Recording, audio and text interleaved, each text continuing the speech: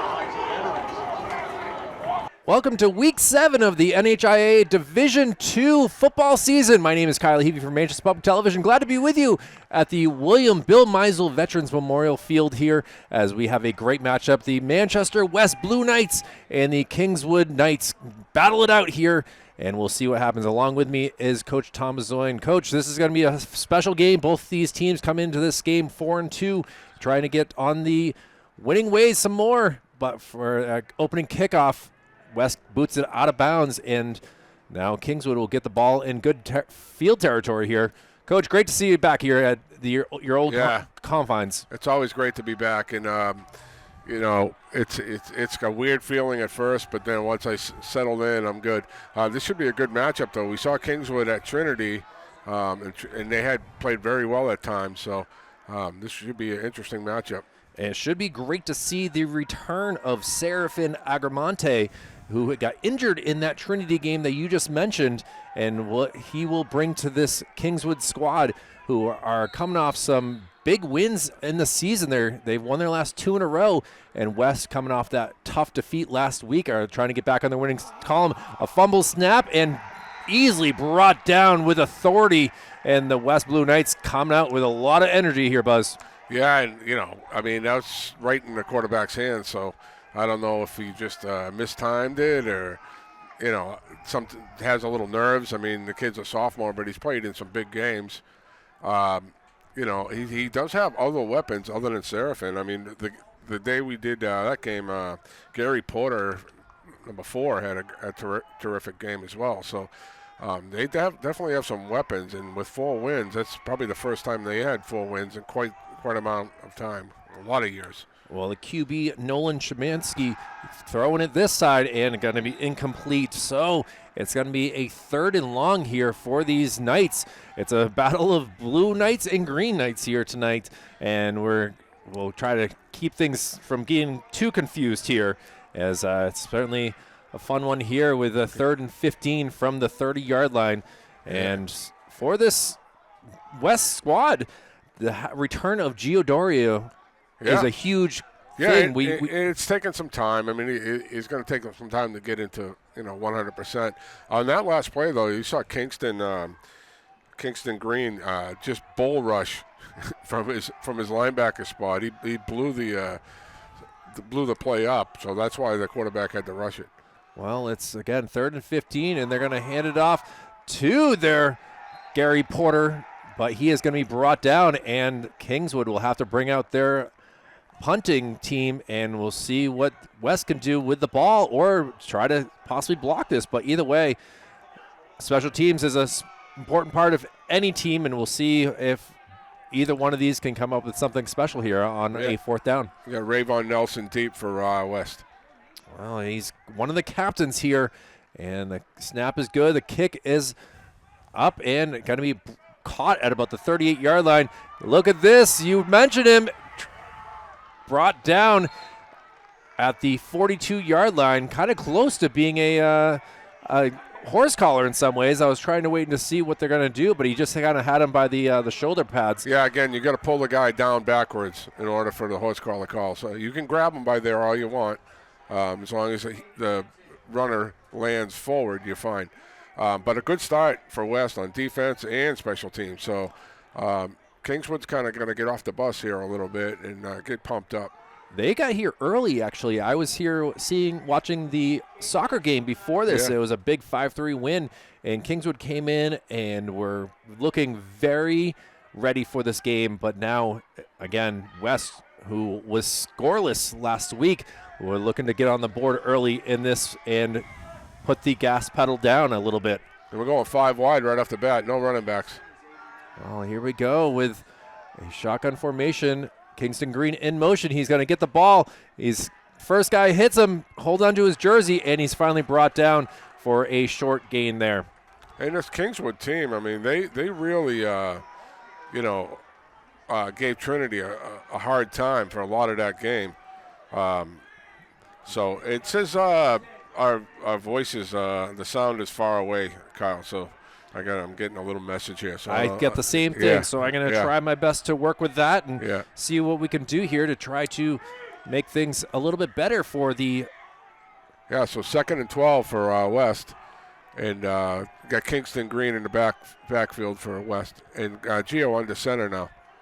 Well, here we go with 9:40 to go and a handoff up the middle, and he's going to be brought down for another Blue Knights gain. So it will be 3rd and about 8. So it's going to be a tough one here to see what they can do. Again, And that was Abreu on the carry there. So they got a lot of weapons, and they'll use them all. There we go. Much better, Kyle. well, good to know that just pressing one button could do something so impressive here. So thank you to our number one fan, Tommy Amin, always helping us out with any sort of situations here. And now with 3rd and 7, 9 minutes to go, and Gio under center here, and a jump. false start there, That's and kind of delayed on the penalty call right there as Greg Surrett will be the head referee for tonight's game. We both know him from different aspects of our lives, but it was great to chat with him pregame and to see. I'm used to him as being an umpire at Gill Stadium, but now here he is doing the head refereeing here at Gill. Or excuse me, And I'm used to yelling at him, so he was always the sideline guy. There's been a big changeover in officials, and he's moved over to a head referee, which is nice to see because he has a lot of knowledge. But good guy. It was always so giving on the sidelines and putting up with us. Let's put it that way. Well, it's going to be a 3rd and 12 now after that penalty. And Gio in the shotgun formation. He's going to air it out here and going straight down and got to be caught and finally brought down. What a great little slant pass right there. And that was to Noah Sheedy. Yeah, and that's a good pattern because they cleared out the safety with the wide guy, and he went. So it's a double post pattern there. So he threw it to the shorter pattern to pick up the first down. So nice play call there on 3rd down, and now they can see if they can get some momentum on 1st down and get into better situations. Sheedy looking like Pat Fryermuth of the Steelers last night with his big game versus the Cincinnati Bengals for Aaron Rodgers. We'll see what Gio can do here on a 1st and 10. Got to run up the middle. Nice little fake right there, and got a little handoff over to Kingston, who was able to rumble for a good 5 or 6 yards. Yeah, and Kingston is going to be, by the time this kid is a senior, he's like a player of the year type category player. This kid is tough on defense, and offensively, he's one of their go-to guys as a sophomore. So, he looks experienced already out there. So, there's no there's no adjustment for him. 2nd and 4 is the call here, and it's going to be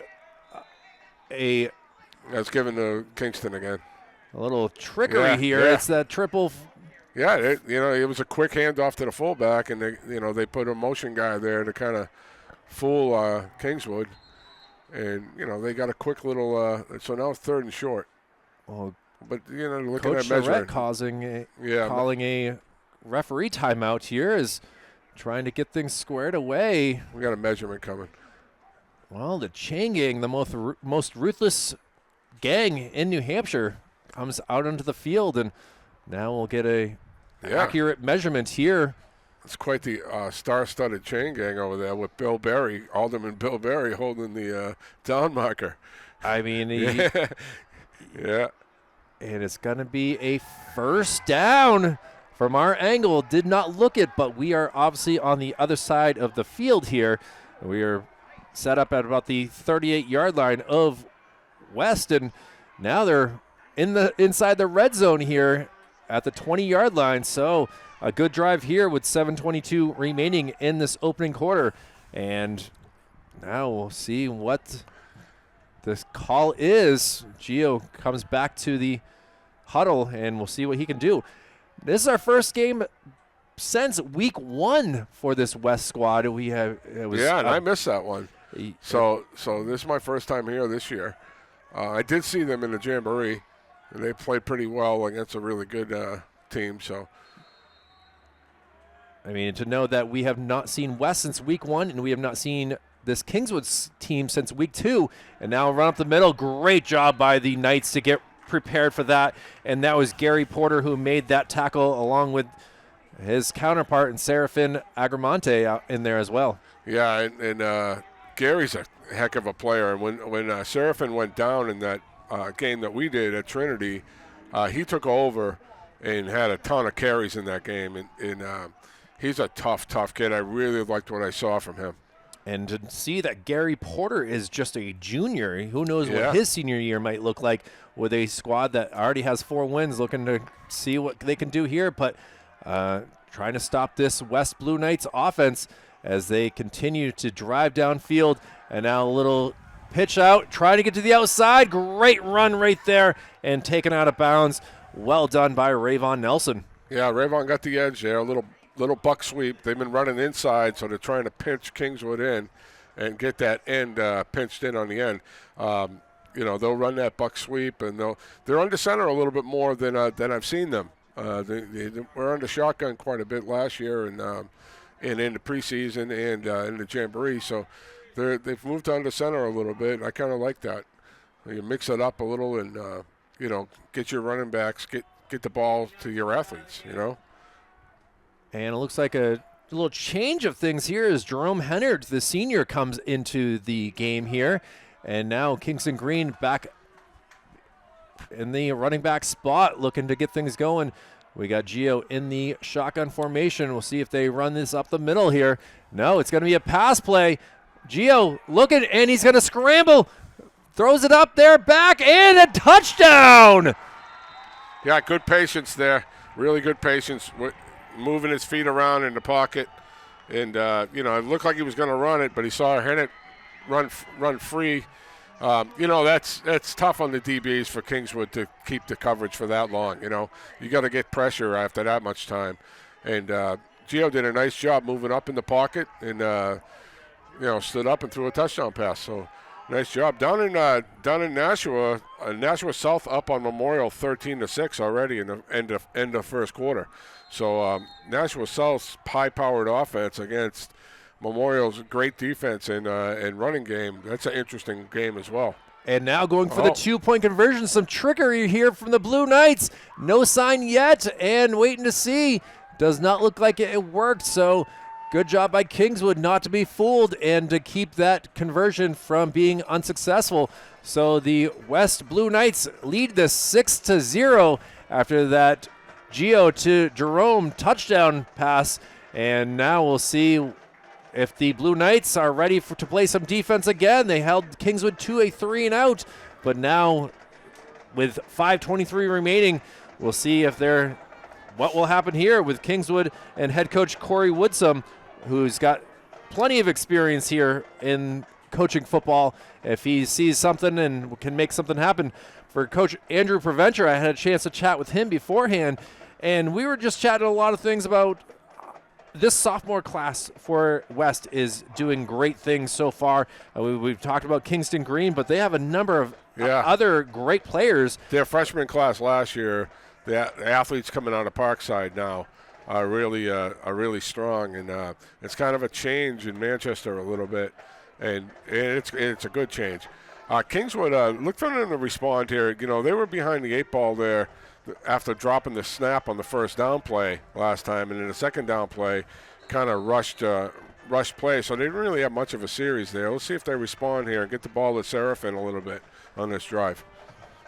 And the kick is caught at about the 24-yard line, goes through the center and is going to be brought down at about the 38-yard line, so good for a 12-yard return, and the Kingswood Knights will take the ball for their second time, and we'll see what they do. They didn't really do a lot of plays to Seraphin Agramonte. See if that changes here. They didn't really have a chance. I mean, it was 2nd and 15, and they tried a quick slant, and they got pressures. And now you're 3rd and 15, and they just ran it for, to be safe and not turn the ball over. Well, 1st and 10 from the 35-yard line, and Nolan under center will hand it off, trying to get around, and he's going to be brought down by a number of blue jerseys, including Elias Abreu, who I believe was going to be credited with that tackle. Yeah, and I was, went to Gary Porter. It was a little read option, and West was all over it. They're quick on defense, so when you're running slowly developed plays. When you're dealing with the quick defense, they're going to be on top of you. So you got to make that decision a little quick. And again, on first down, they get negative yards. So they got to get out of that and get something on first and go from there. Well, 2nd and 11 here with 4:35 remaining in this first quarter. Seraphin in motion, but now there's going to be whistles and a flag thrown on the field.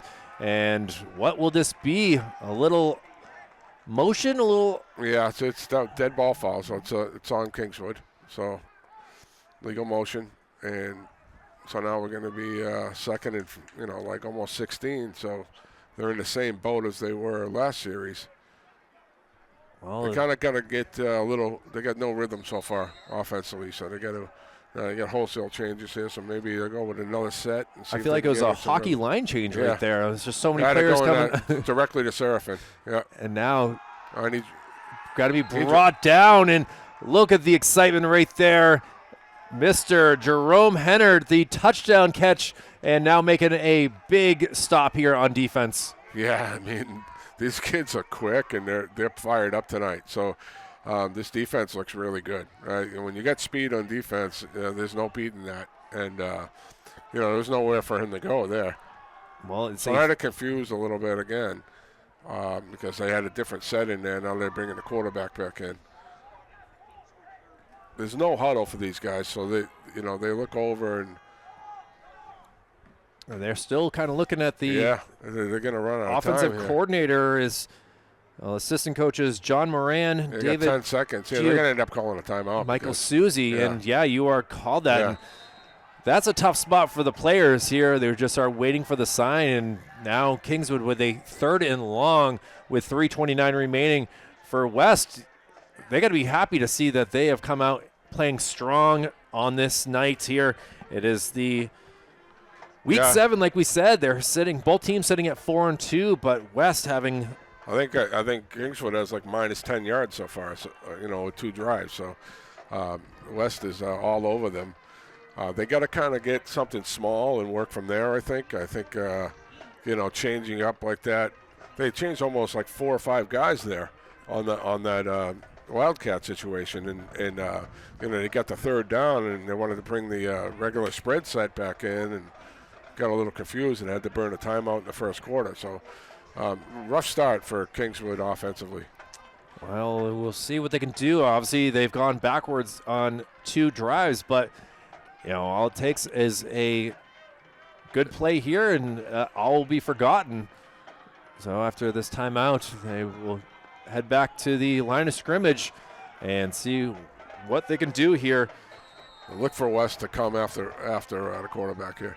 Well, a score update over from Gill Stadium. 21-0. Wyndham has the lead as the Jaguars in the little green face off. A little pass play here, trying to get to the outside and going to be taken out of bounds. And a great tackle right there. We're going to get used to saying his name. Noah Sheedy is able to make the play, but now I'm hearing some whistles here. It's going to be 4th and 10. Just 4th down. No flags. Yeah, no flags. So we got another punt going. First punt was pretty good. Yeah, it just went kind of almost too much to the returner, though. You kind of want to angle a little bit, make him work back there. Because if it goes right to him, he's got room to move like that. That's a good, fair catch right there. And it's going to be caught at the 34-yard line. And West, with the 6-0 lead, will look to increase it here on their second drive. And good job by Rayvon Nelson to be able to catch that and carefully get decent field position right there. On the turf, it's invaluable, and I always try to teach my kids, and it's tough to teach because that is a skill set to be a punt returner. You're looking up at the lights. You've got to judge if the guy's going to be on top of you. You always want to make a play because you're playmaker back there, but you got to, if you let the ball bounce on this turf, you never know what can happen.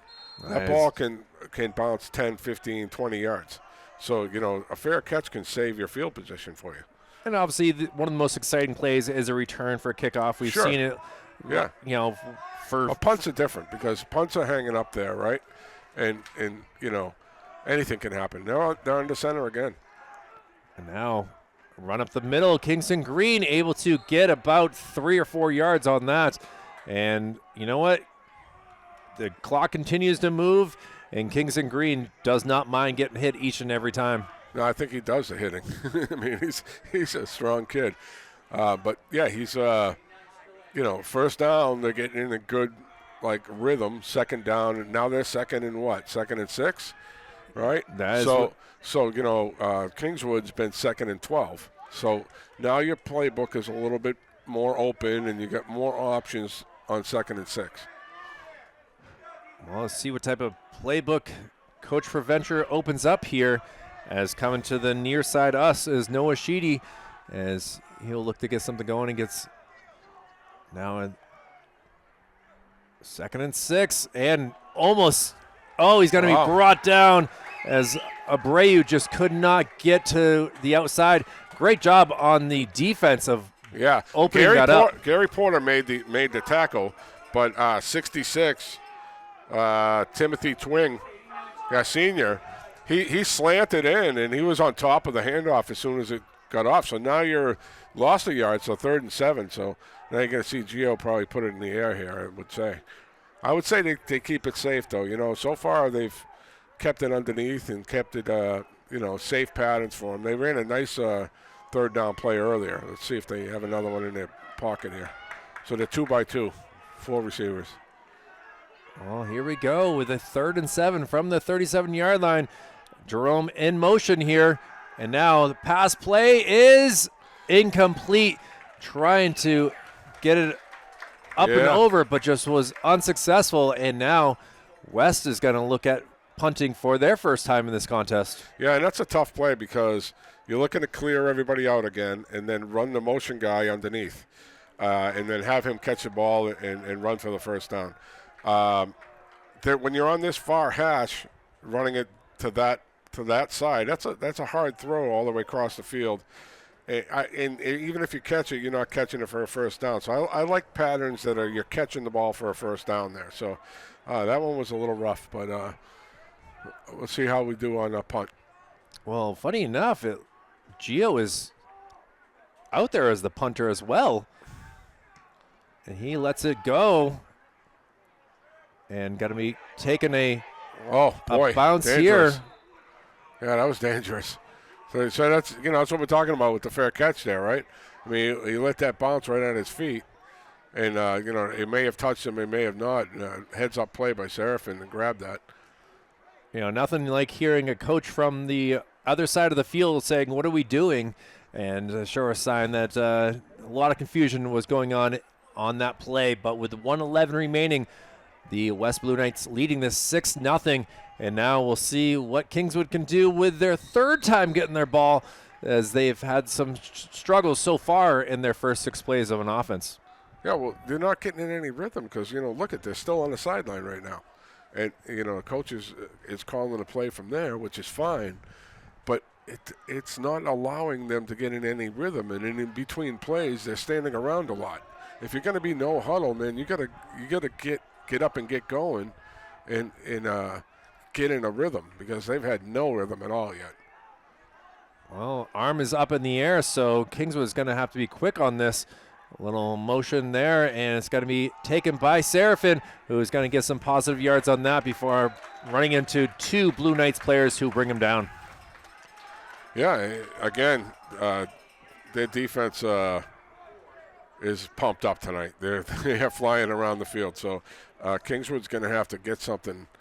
5-6 yards is good, but get something downfield and get the ball in number 11's hands a little bit more. Well, Seraphin sets up to the near side. In the backfield will be Gary Porter. And now we'll see what Nolan Cheminsky can do here with the ball here as he sets up in the shotgun formation. Man in motion coming to the near side. And now run up the middle and is going to be brought down right on top of the logo at midfield. Seems like a lot of motion here by Evan Valley, who seems to be almost like a fullback, setting up and seeing things where they're planning on running. So follow Mr. Valley, and you're going to see where the ball, which side of the field the ball is going to go to, I feel like, so far here, Coach. Yeah. And that is the final whistle of the first quarter, as now we'll first 12 minutes off the board here, with West leading this game 6-0. But they're lucky. Kingswood is lucky it's only 6-0 at this point, because, I think they're total of 0 yards now offensively, because they've had negative yards before this drive. And, West has been flying all over the place. But Kingswood's they got tough kids. And, they played Trinity really tough without their best player. So this could be a down-to-the-wire type game, like a grind-it-out type situation. Well, we're glad to be here. As Coach, I know you got to do the Trinity game last week. They're in a big fight tonight versus the Pelham Pythons. Right. And we obviously have hit them up twice this year, the Pioneers winning both of them, including that first game that you and I did versus the Kingswood Knights here. Is now Kingswood trying to have 2 trips to Manchester with at least going 500 on the year, as they got to get things going. That's a pretty good ride on a bus, too. Wolfboro to Manchester is not I can attest to that. I mean, growing up in Pembroke, I thought that Pembroke to Wolfboro was annoying enough. Never mind, adding another 25 minutes. Yeah. There's a few times we went up there on Friday nights to play basketball back in the old days, and, boy, that was not an enjoyable ride. Nice school. Nice school, though. Well, we got a 3rd and 2 here from the 48-yard line. Kingswood now going left or right across your screen in their all-white jerseys and green helmets. And now it looks like Seraphin's going to take this himself, and he's just going to push it up the middle. And I don't think that he got it, Coach. No, he did not. I don't know why. Did he drop the ball? Because West is pointing the other way. No, he didn't drop the ball. So now you're going 4th down. So, the Wildcat, they've tried a couple times now, and West is up to the task. Well, they're almost at midfield. It was really only a gain about a half a yard, so it'll still be a 4th and 2. On the road, you got to go here. I mean, you can't really punt it here. You got to go for it. At home, maybe you punt it, but not on the road. Well, here we go with a 4th down. Same exact play, and this time it is successful. They get across the 50 into West territory, and the Kingswood fans below us with an air horn are pumped up for that. Yeah, I mean, that's their first down, so, maybe they'll get some rhythm now. And this is what happened at Trinity. He was getting 1 or 2 yards, and all of a sudden he broke one for 80, and then that's the play he got hurt on. And they're going quick with this, so you got to make sure you're ready if you're West. And now, they are, yeah. But they'll lean with him. Lean forward is getting him like another couple yards, right? So what did he get there? You can't tell because nobody's spotting the ball. I mean, to know that he still has the ball Yeah. and he's standing there. Yeah. So, he didn't get much on that one. Well, clock continues to run, and now some changes here. Yeah, we're bringing the quarterback back in. So, they go back to their regular set now. Devin Perkins as well, the tight end, coming onto the field. So we'll see if he gets a touch here or so here. But now they're going 3 to the far side, and see if they have their quarterback, Nolan, throw one deep here. And he's going to take it himself. He's going to pitch it out. And now West reading that pretty well, able to get back to the line of scrimmage, if not at least a yard. But that's a quick option and a good read, but because it was a quick pitch, not a bad play there. Get 3 yards, 2 yards. So now you're 3rd and 5. It's pretty manageable. Again, I really like Porter for Kingswood. Everybody talks about Seraphin because of his ability, but Gary Porter's a tough kid, and he showed me that at Trinity. He played that game right to the end too.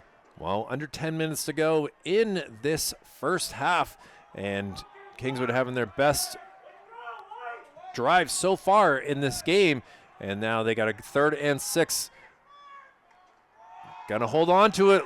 Let's see if he can find a man. Pass is bumbled and then caught. And you got it, yeah. 17. That was Mr. Devin Perkins, who I kind of mentioned before, able to make that catch. Yeah, he just got back in the game, right? He just checked back in. So nice play. And again, this quarterback, as a sophomore, has some poise as well. Both these teams, their losses are against the top teams in the division. So, this is a matchup that, and I was talking to Coach Provencher yesterday for quite a while on the phone. He expected a tight game tonight. So, and that's what you get. This is the first time that in the game so far that Kingswood has had any kind of momentum on offense. Well, they're looking to get something going here as 1st and 10. 3 men in the backfield. Kind of confusion there, and he's going to be brought down, and not fooled on that was big number 89, Jaden Nardi. Yeah, and it seems like when they have a 2-back set with the quarterback back there, when they have Seraphin and Porter back there, their plays have been confusing because one time they dropped a snap, and another time they didn't really get the play off, and that time the handoff didn't go to the right person. So coach was not pleased with that. I seen him take his headset off, and I know the feeling there. Well, here we go.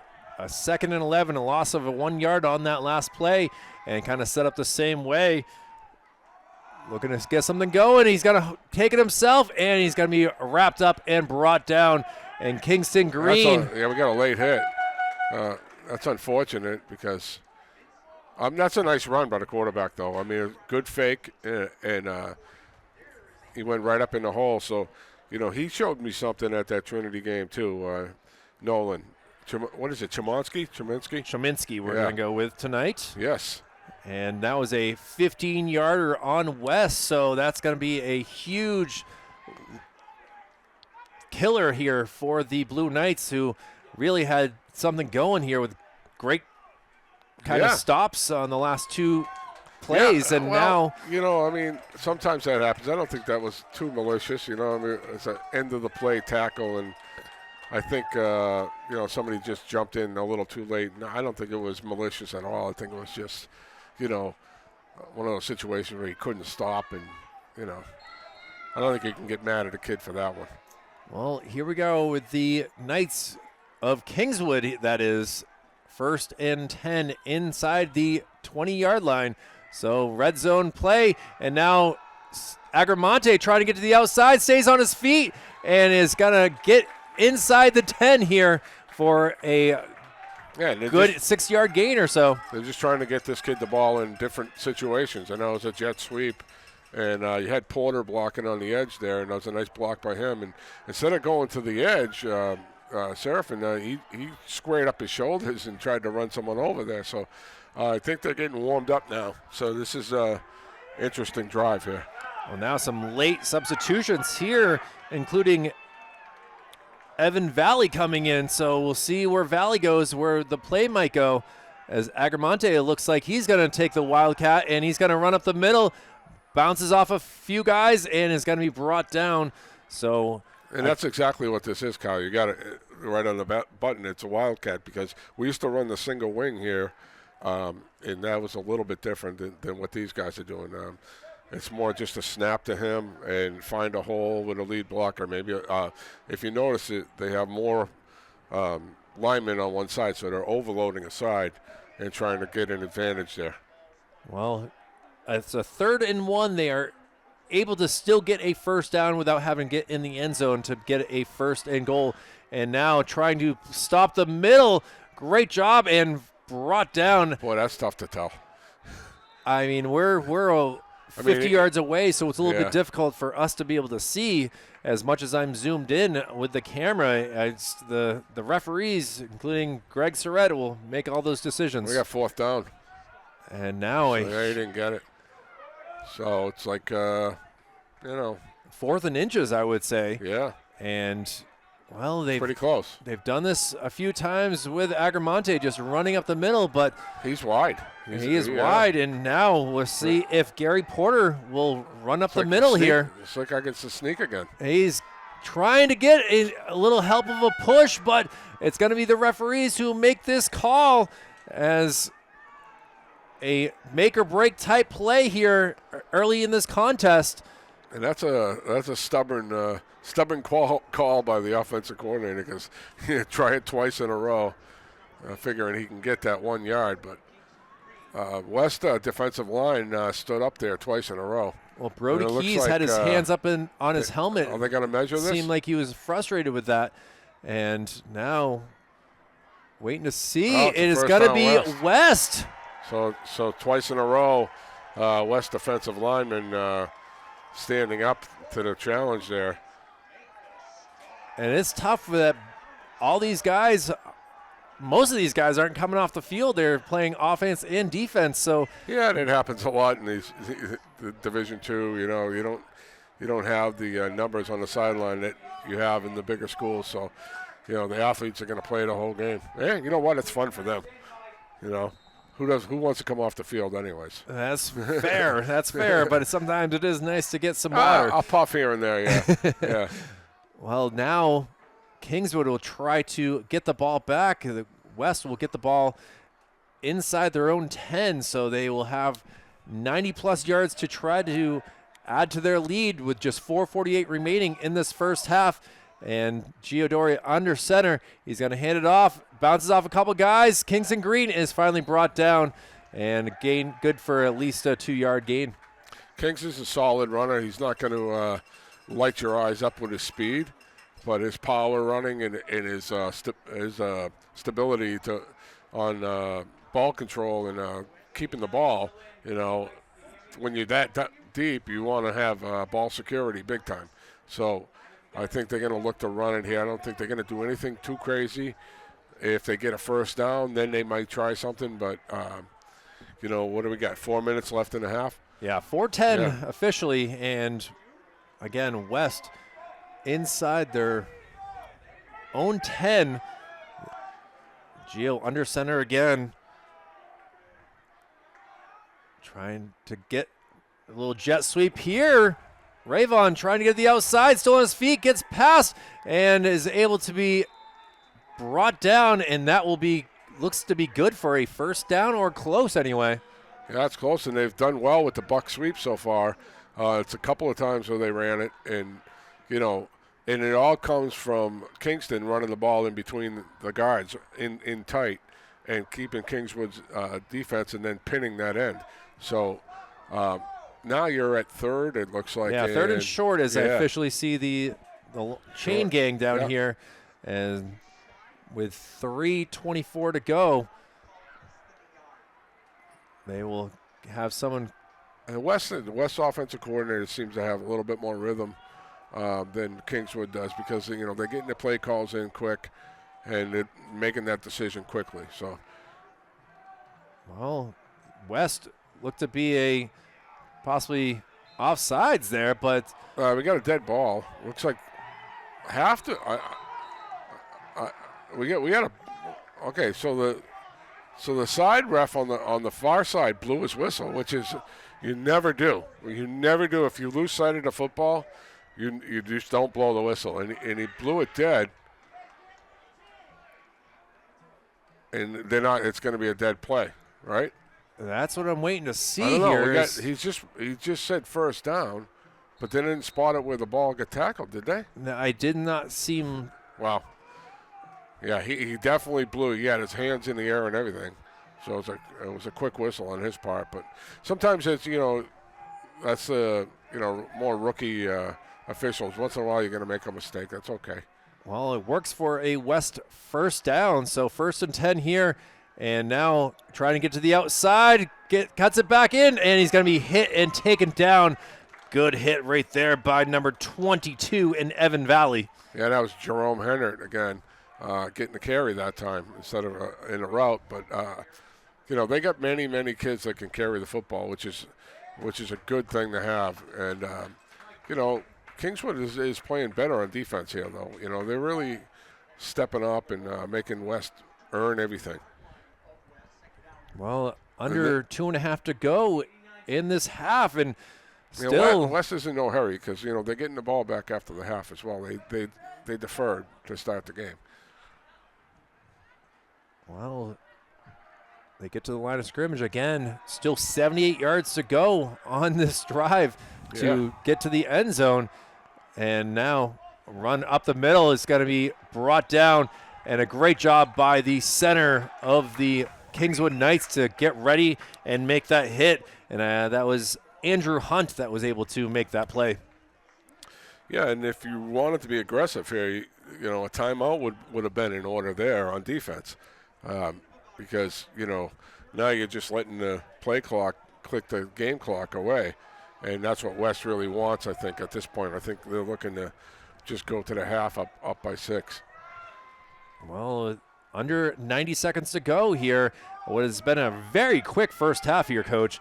Game started at 7, and it is a 7:43. A lot of running So far, and now Gio in the shotgun. See if he gets ready to run. He's going to pass it up to the outside, and he's going to stay on his feet, and he's out of bounds.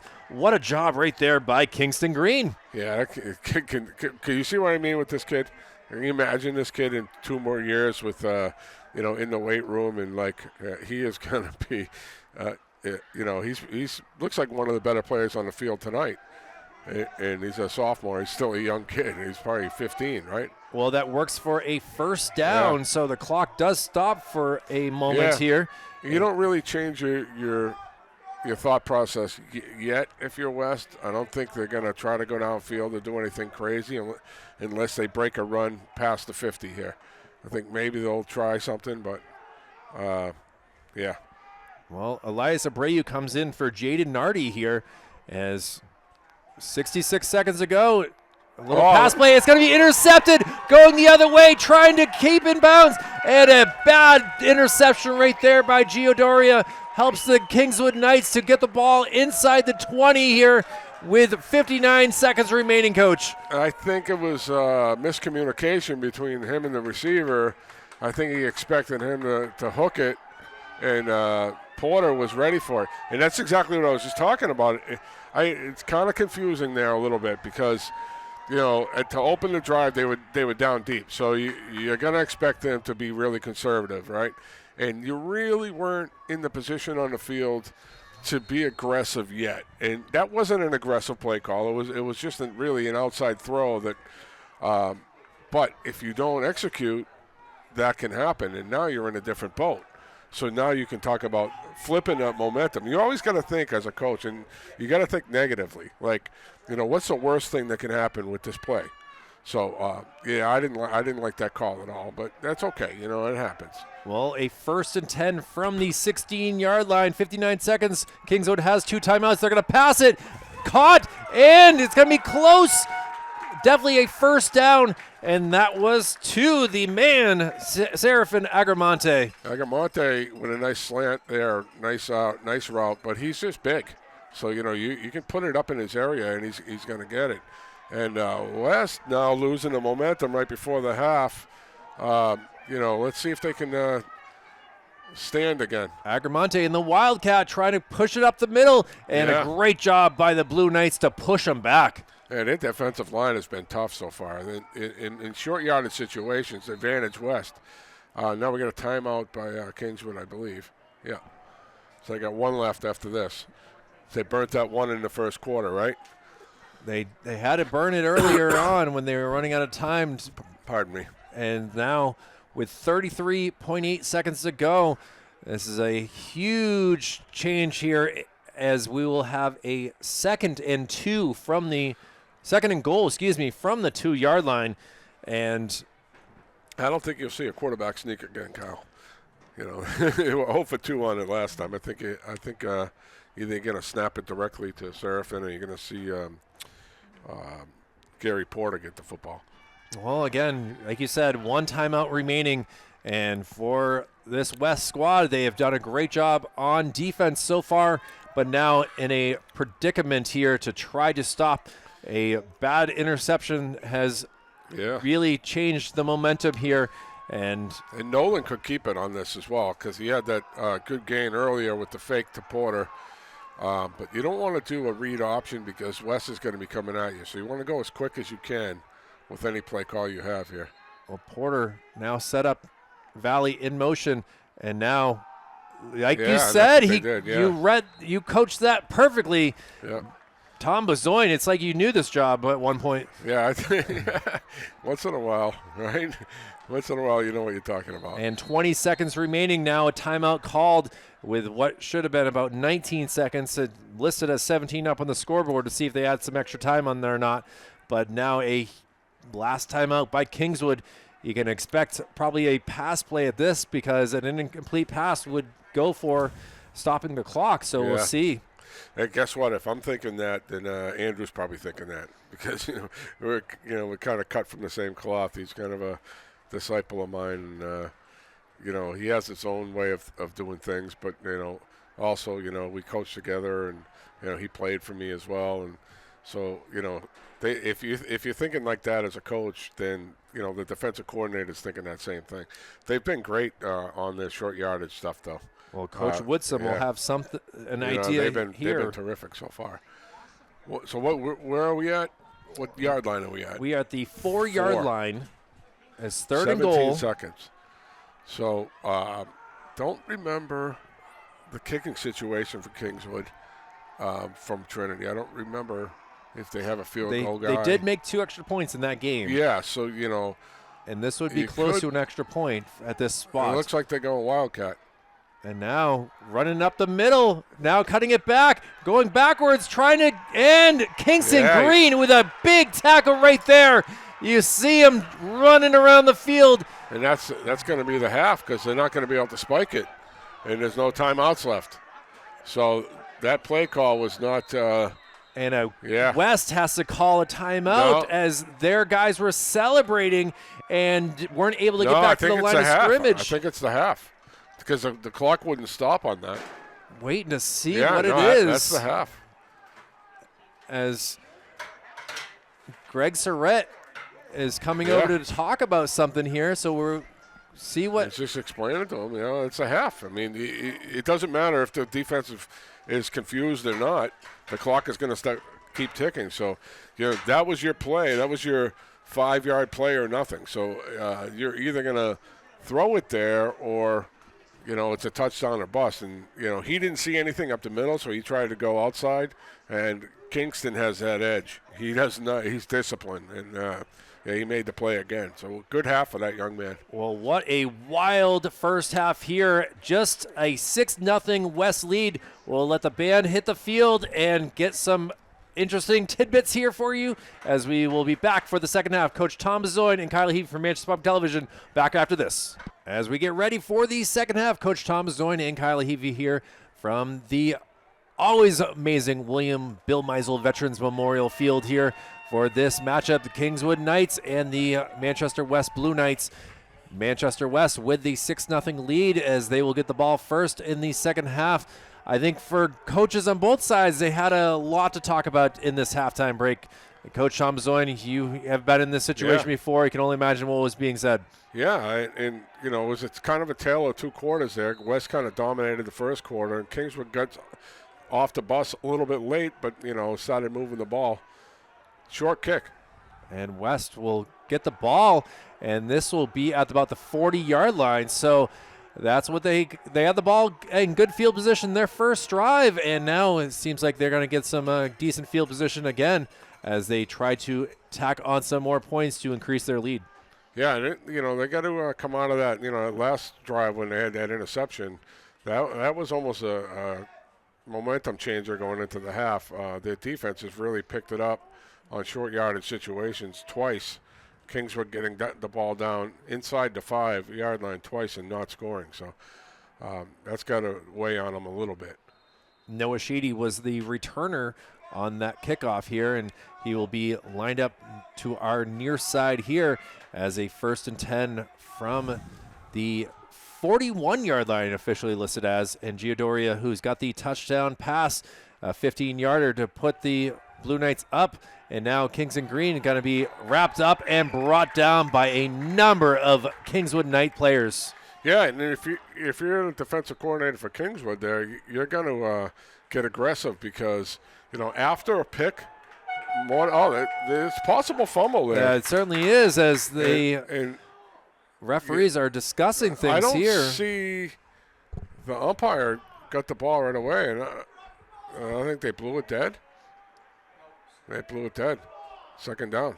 It seemed like his momentum had stopped, and that kind of we've seen that in a number of games this year where what else are you supposed to do? And he's still fighting, but you get him wrapped up, and you're still fighting for the ball, and it comes out, but the referees whistle it dead. So here we go with a 2nd and 12, a loss of 2 on that first play, and now Rayvon Nelson in motion, and nice job handing it up, and look at the speed right here. Got one man to beat. He's going to be brought down about the 25-yard line. A great run by Jerome Hennert. And Jerome, a nice run there. He hit the hole, and a great play call there because they called a counter, and with Kingswood being so aggressive on that first down play, they used their aggression against them there, coming back with a counter.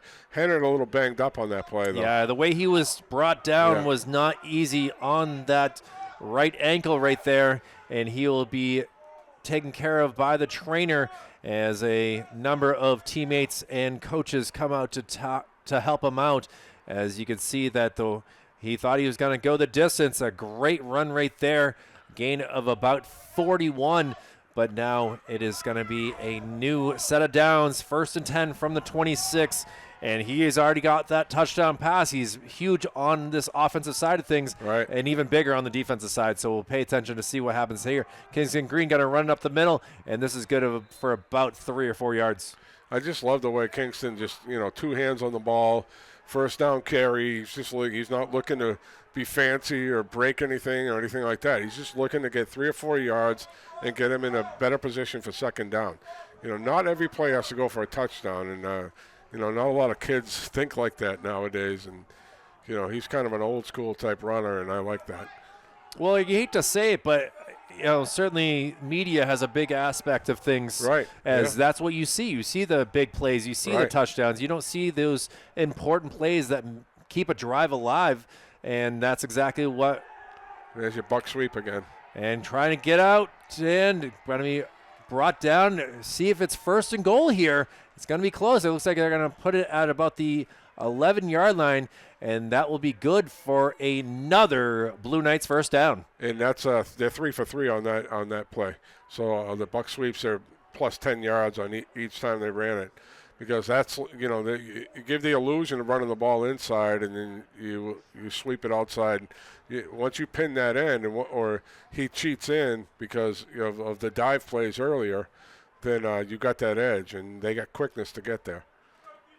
Well, let's see what they do here. Gio, 1st and goal, or 1st and 10 from the 11, and he's going to run up the middle and able to just rumble in for the touchdown. Kingston Green, an 11-yard run, and the Blue Knights now lead this game 12-0. At that time, there was just a huge hole for him, and great block by the offensive line there. and Kingston just kind of jogged into the end zone. You know, are you going to go for 2 and chase points here? And I believe that they got a setup. They got Manny Mendoza is out there, the backup quarterback, and he will be doing the kicking possibly. And instead, they're going to run it up the middle. Going to be hit at first, and he puts the ball over. I think he got it. And unfortunately, I don't have a number 44 on my sheet, and that's who got in for that 2-point conversion. Right, I don't either. So, yeah, actually, it's 4 and 44, so it's Tyler Hale. Tyler Hale, the sophomore, able to rumble in, and now with 9:18 remaining, West Blue Knights have increased their lead on a 11-yard touchdown run. Getting a little tricky on their 2-point conversion there. You know, they had all the lines set up to the other side, and I've seen that a bunch of times. And, you know, that direct snap right there, you know, it kind of catches you off guard. So, you know, it's a big play in the game, actually, you know, because they missed that first extra point. And let's see if Kingswood can answer here, you know. Getting down inside the 5-yard line twice in the first half in the second quarter and not scoring has kind of deflated them a little bit. That one big play by Henry kind of changed that drive around. So, you know, West didn't quite have the rhythm that they had on their first drive, but the big play helped them there.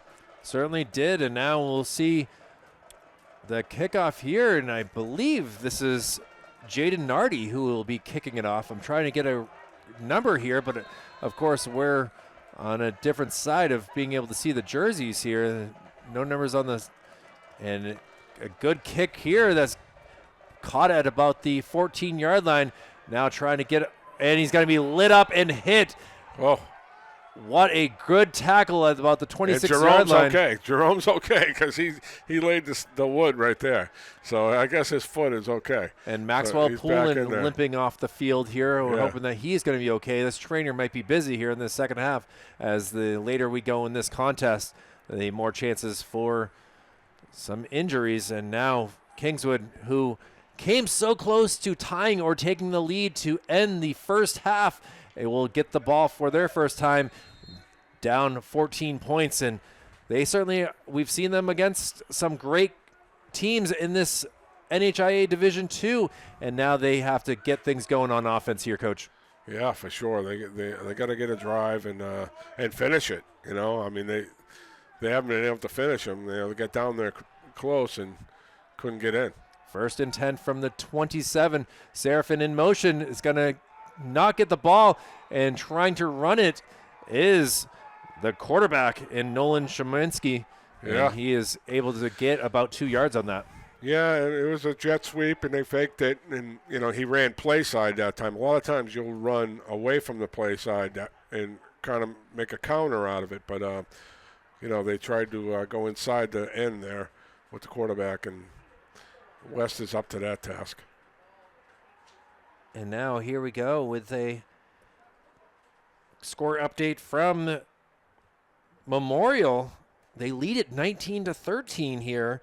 And then also at the half, Bishop Girton Cardinals 14-13 over the Bedford Bulldogs down there in Bedford. So some big games here in both Division I and Division II football. And now pass play here, going to be caught, trying to push it and close to a first down.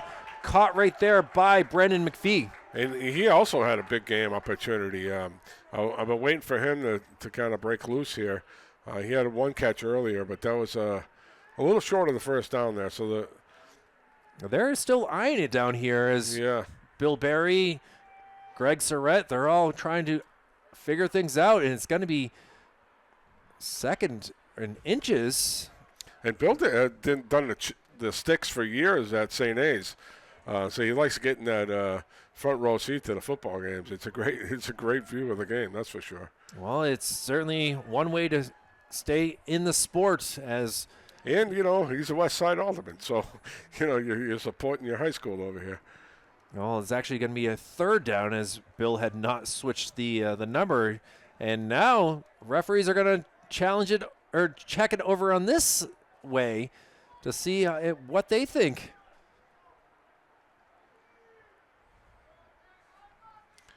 And now it will be third down. So 8:11 remaining in this third quarter.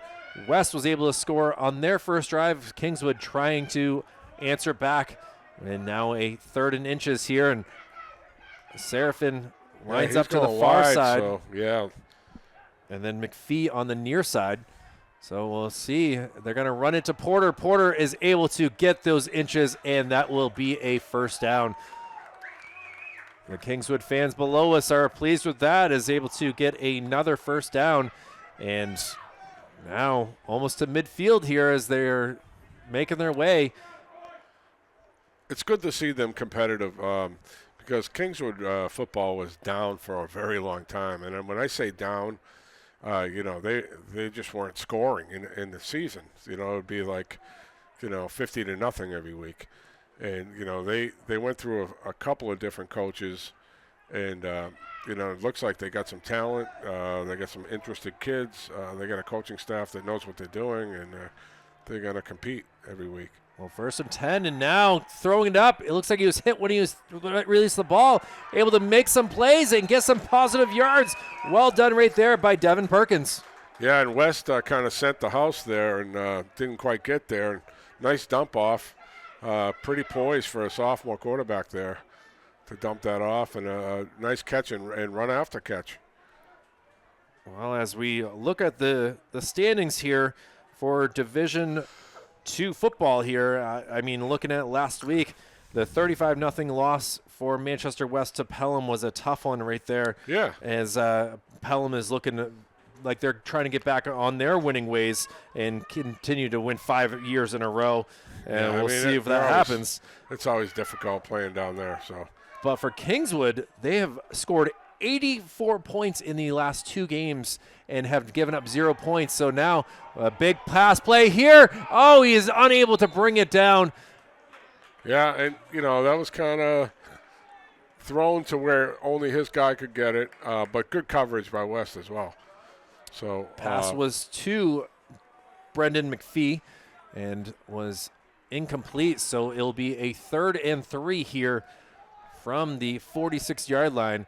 And why not try for that big play, right? Yeah, Sheedy did a nice job running with him there, and he looked back for the football and good coverage and, a good ball because, he put it where only his player could get it or nobody could get it. So, it's a third down, 2nd and short, you take that chance, right? Yeah, why not? So now here we go with – got to hold on to it, but he is going to be taken down. And first one to get to that was big number 62, and that is no other than Joel Camillo. I got a lineman kind of banged up for West a little bit. And now we're seeing Camden Rapaglia Armstrong, who is down, and he's able to sit up. So it seems like it might be just a cramp. That's what I'm hoping for anyway. There's a hole in his leg, so it's tough. I've seen a lot of cramps over the past 7 weeks here, and to know that's generally a sign of some dehydration. But obviously I'm not a trained professional in the medical field, so we'll let the trainer do what she does, and Camden Armstrong will head over to the sideline here. Yeah, that's what it was because he's shaking it off now, so that's good. Well, sometimes when you're a big guy, those cramps feel a little bit different, What do we got? We got looks like a flag on the play. I didn't for a see. Personal foul. I did not see a flag at all, and this is a huge 15-yarder here. Yeah, I'm looking on the sidelines to see if there's any explanation because I didn't even see the flag go down. I was focused on the injury, and now it's going to be 1st and 10 from the 39-yard line for the Kingswood, so they are into Blue Knight territory. I don't know if it was a face mask or did you even see the didn't even see any sort of laundry on the field. I didn't see the referee make the call. So late personal foul. Late? A little hands to the face, and I appreciate the help from Kingswood to let us know. And now pass play going deep again. He's going to catch it, and it will be in for a touchdown. Oh, that's a heck of a play Brendan McPhee, a 39-yard touchdown catch, and the Knights are now within one score of tying this game up. And I will wait for that kid to make plays because, again, watching them against Trinity, I was very impressed with a bunch of them, including McPhee. And that was a nice route, a nice little ball by the, this is another kid, the quarterback, as a sophomore, you give him another couple of years, and never mind that, he's doing it now. Ewan Nickel will be in for the kick, and holding it will be McPhee. So he has a chance, and now he's going to take it himself, trying to get to the outside. He's going to throw it, and it's incomplete. Oh. Not exactly sure how Serafin Agramonte was not able to bring that down, whether it be the lights or what. He's even putting his arms out there like, I don't understand what just happened. But a great trickery by the Kingswood Knights, but they are unsuccessful and now are down 14-6. Yeah, it's kind of like, I think he was kind of turned around there and just kind of didn't expect the throw to come when it did. But you expect him to catch that 9 times out of 10, right? Well, that, as someone that watched the Steelers-Bengals game last night, Jamar Chase dropped a touchdown and came back the next play and made the play to get the touchdown on second down. So we'll expect to see Serafin make something happen as we continue this game. 5:36 remaining in this third quarter, and now West will get the ball for just their second time as well. They scored on their opening drive, and now we'll see what they can do here to try to. Yeah, and they did it via the big play last time. And their first drive when they scored, they kind of grinded it out all the way down the field.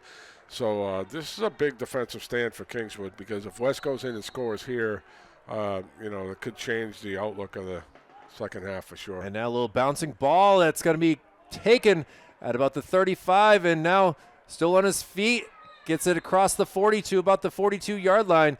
And for the Blue Knights, you'll take the ball at the 42-yard line at any point. Yeah, it looks like Kingswood doesn't really have a guy that can boot it way down there, so they try to squib it every time, which is, unfortunate when you're giving up 40-yard line, 35-yard line. Good starting position for West each time. Well, here we go with a 1st and 10 from the 41-yard line.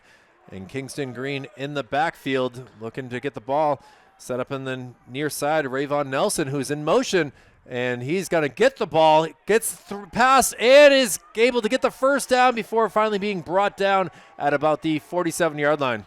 And Rayvon's been good. And, we haven't mentioned, we haven't seen Liam King tonight either.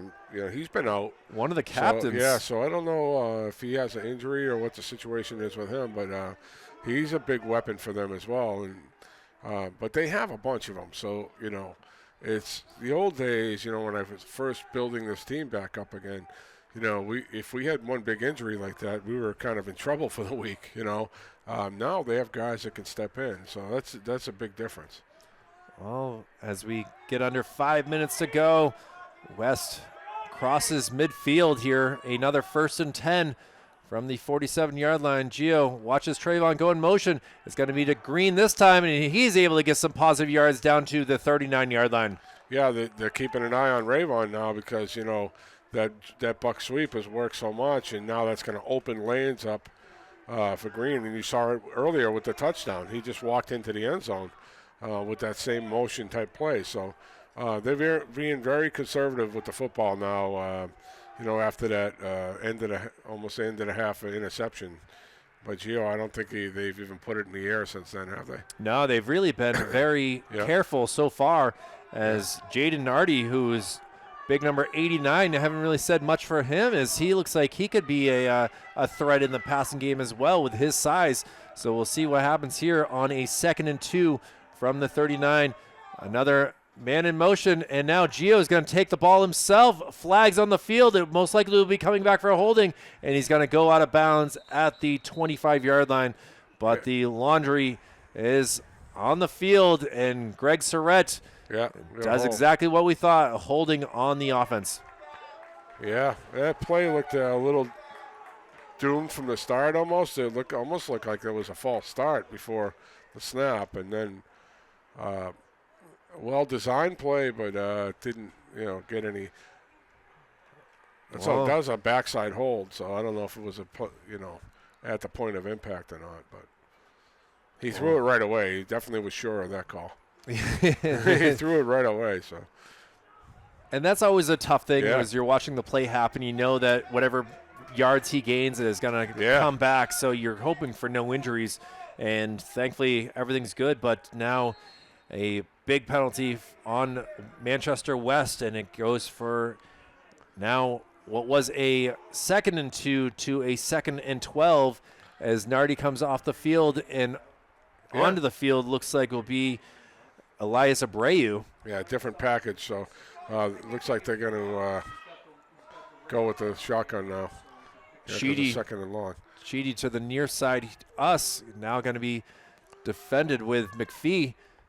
Gio in the shotgun, gets the ball, looking to throw, and brought down. What a tackle right there. And able to do the work is Nickel, who was listed as a kicker. And now this could be Bad Hennert, who was already dealing with an injury earlier, is not able to get up right now. Yeah, it's the 2nd time on the tackle, too. So it looks like he's going down wrong. I don't know if he's getting all tangled up when he's going down, but it's the 2nd time on the tackle where he's coming up a little lame. He's... Yeah, it might have been just a quick stinger with his foot again. Maybe he has it taped up, but... And this is always tough to see. The trainer is only able to hold so much weight. Yeah, and thankfully, like, some on, teammates guys. are able to come out and help him get to these sidelines. Send the big guys out, I mean, number 58, who really, Jadarian Rodriguez, needs to let him just put his arm around him. And this conservative stuff with West might come back and haunt him if, Kingswood knows that stuff is coming. They're getting more aggressive defensively. So you got to look for a counter here or some kind of, trickery or that buck sweep. I mean, that buck sweep has worked tremendously so far. Well, you can see Rayvon Nelson looking, and he is in motion. He's going to get the ball, waits for some blocks, and is trying to get to the outside, able to get to the 40, and he's going to be brought out of bounds at about the 37-yard line, which will be close to a first down. You can see below us where they have it. No, it's going to be just short. It's almost like I called plays before, huh? It's always impressive to see. That this West squad has a number of athletes, and what seems to be working, they're going to stick with. But this is a big spot right here, right below us, so you can see the 4th down and how close they got to get. 1 yard. Yeah, I mean, a little thought goes into your head about punting here, honestly. Even if it's just short, but you got to have confidence in your offense too. Well, 36 inches away, and now they're going to just try to push it forward. This is going to be close. They're still going. Boy, it's a tough. Rugby scrum, but it looks like it will be good for a first down. Hey, we got one ref saying no. Well, this guy on this side is way over the. And there we go. Greg says yes, it is a first down. He was like over a yard over where he needed to get, and this spot is not going to where it is. So that's interesting. I mean, the spot that this guy had was right on the 45-yard line, and this is back. It still would have been first down anyways, but I don't know. You don't move the chains I don't know. That was a tough spot. Well, and it was tough for them because it was a scrum. So how did you really know where he went down to? The toughest part about the game is knowing that where that ball is. That rugby scrum can be tough.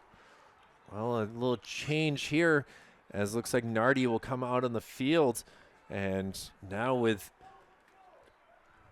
just about a minute and a half to go in this third quarter, we'll see if now we got a whistle here. And a lot of confusion going on here as the West has to call a timeout. Yeah. And this is a big spot here with 1:37 to go. I mean, it's first down. They want to make sure they get the right play call going here because you don't want to go and lose yardage or turn the ball over here because, they're using clock here and they're doing what they should be doing with the lead. So you got to learn to play with the lead as well, and that's part of being conservative and not putting the ball in the air and getting yards on first down.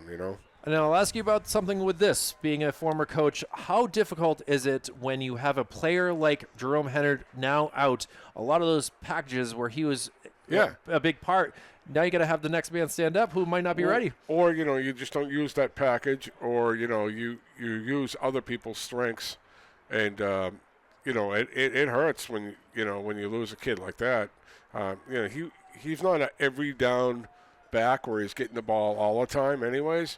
So if you lose your every down back, that's a little bit more different. And but they have a number of kids that can handle the football, and some of them haven't even handled it that much tonight. I mean, Abreu, we saw get the ball only once so far, I think. Yeah, on a jet sweep as well. And it's been mostly Kingston and getting the bulk of the carries here. And Rayvon Nelson right, getting him on the sweep. So another aspect, and Gio's out of the game now. So we get the backup quarterback in. And now Manny is back in the game, and he's going to hand it off. But this was Doom from the start, able to just bring him down and need some help to get up. And, this is an interesting spot here is Mendoza in the game now. It may have been an equipment issue with him after that scrum or something, because maybe that's why they called the timeout to try to get it fixed. And so he had to go in there for one play. It looks like Gio's back getting the play call again. So he's fine. This may have been an equipment issue or something. And for Gio, you got to remember, this is really only his third game of the year. Yeah, it's yes, tough. this is the team's hard. seventh, but it's getting that confidence back is big when you have a major injury to your body like he did with being out for the first few weeks with the cast on. Yeah, for sure. So here we go, 45 seconds to go, trying to cut to the outside, literally trying his best, and he's going to be brought down. And, boy, a big Hennard. stop on third down. He's back, but he looks like he kind of lost a step there. He didn't get to the edge going this way. Going the other way, they've had success. Going this way, not so much. That time they strung it out pretty good. Well, let's see. It's going to be it could be the last play third of the and quarter. long, but like you said, there's only 15 seconds remaining in this third quarter. It's touchdowns for both sides in this 12 minutes of the third quarter. But now we will go into the fourth quarter here, and this is going to be a big one to see what will happen. Both teams sitting at 4-2, trying to get themselves a fifth win on the year and a chance to really clinch a playoff spot with a victory here. And this is going to be the Battle of the Nights continues here on this Friday night on Manchester Public Television. Coach Tom Bezoin and Kyle Heavey on Manchester Public Television, as this is certainly – we knew it was going to be a tough game, but didn't expect looked like this, it on paper, right? This low scoring of a matchup so far. Combined 20 points, Manchester West leading this 14-6. But for Kingswood, their victories this year, they've been averaging about 35 points a game. They beat Hollis Brookline 28-0. They beat Bow 27-7, beat Pembroke 50-0, and Merrimack Valley 34-0. Oh. Their losses this year, 42-12 at Trinity that we saw on September 12th, and then a Plymouth squad who is looking very dominant so far. What else is new with them? 27-12, Kingswood lost. And for Manchester West, obviously, we saw them get that first victory, a 49-0 victory versus the Pembroke Academy Spartans. Hollis Brookline, 37-0. Conval, 41-13. Sauhegan, a 33-0 loss. And a Pelham 35-0 loss. So one of these teams is going to go down, but this is a hard-fought matchup. And now a 3rd and 14 for Manchester West as we start the fourth quarter. Screen. Looking for a screen pass, and he's going to drop it. And a tough break right there for West as they were trying to get something going to Kingston Green. Yeah, I don't think they're in their own head with being a little too conservative now. Memorial opening it up on South, now up 32-13. So they must have grinded it out, and their offense can be tough once it starts rolling. And it looked like South scored 13 points early in that game and haven't done anything since. So good on Memorial to come back after a tough loss last week. And we'll see Memorial next week versus the Pinkerton Astros. Whoa, that's going to be a heck of a matchup. As now a 4th and 14 as West will look to punt it away. Giodoria, and now a penalty on the play. And Delay a game. is this going to be a Bill Belichick New York Jets type situation where they were just trying to get more yards to kick it down, or what? I don't think the high school kid, especially the quarterback, is an angle kicker inside the. If Andrew Reventure has a smirk on his face right now, we know what he's doing. I would think that they would just accept the penalty. Why are we going the wrong? Yeah, I was going to say, it looks like we're actually going. The back judge threw a delay a game call. And now the offense will come onto the field here. And I'm confused because that was the back judge back there, and I thought he threw a delay a game. He put his hand up to his chest like a delay a game. And did they mark it off? Or they just declined it, huh? It's now a 4th and 9, so it was actually on the Kingswood Knights. And now we'll see what Manchester West does with this play. A lot of confusion here on both sides of the field, and now jumping encroachment. He didn't go off. He didn't go. Oh, yeah. And now now they're going to call their second timeout. So, weird situation there. I think, Kingswood ended up, what happened is they declined that penalty, right? And, Les said, okay, we'll try our own trickery here and try to get closer with getting you to jump. Now they're going to bring the punt team back out. And it's always interesting for our perspective. We're on the opposite side of the field where the referee is looking at that other little press box area. So we do not get to see exactly everything that Greg Surratt is motioning. So we didn't really see, as we missed the call earlier on the personal foul, that the Knights were able to score from on that drive. So 11:52 remaining in this game, and now the punt team has come back on the field. Although it's the same guy at quarterback and punting, and Gio is going to send it down, and it's going to take a bounce. Kingswood is going to take it, and a little high tackle right there. And I don't see any laundry on the field, but I could see it from all the way up here. Obviously, it does help to have a zoom on this camera to be able to see things. But that was a dangerous little play, and bounce right in front of him. And that again, on this turf, that ball can bounce anywhere. And it was a nice play by the returner because, to get that on a bounce and get some yardage. And now we're going to see how West defense responds. They played pretty well all night, except for, a drive or two. But, Kingswood's got a long field to work with here. Well, Graham Burke was the returner on that play, and now a 1st and 10 from the 17-yard line. Kingswood running out of time in this game. They're down 8 points, and they'll see what they can do. And now a little flip out. Nice job right here by the Knights, and taken down. And Gary Porter with that run, but looks like there is some flags way back on the other side of the field here, and see what the penalty is. That's usually going to be an alignment issue. Not enough guys on the line if this far guy is throwing the flag. Greg is walking across, and it looks like it is a holding. Oh, my goodness. Oh, my. Wow. So with it being inside the 20, is it half distance to the goal at this point, or do you still go back 10? Here's why I'm saying wow, Kyle, on a holding call. This sideline ref, that is not what they're looking at unless it's at the point of contact. The inside guy, the umpire, the head referee, and this far sideline guy, that's what they're looking at hold. Unless it was behind the play where, I would have been upset on that one. Well, we'll turn back the instant replay on this at some point in our future and see what exactly we saw. Nice pass play here, but it's going to be intercepted.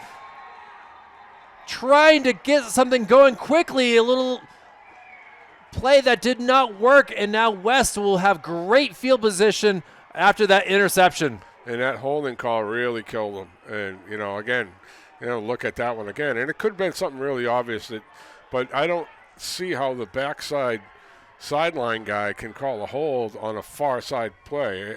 It's really crazy to me. But, again, it could have been something that once we watch it back, say, oh, that guy was right, Well, it's going to be 1st and 10 from the 19-yard line. West inside the red zone already, up 8 points, and it's a possibility to kind of start putting those nails in.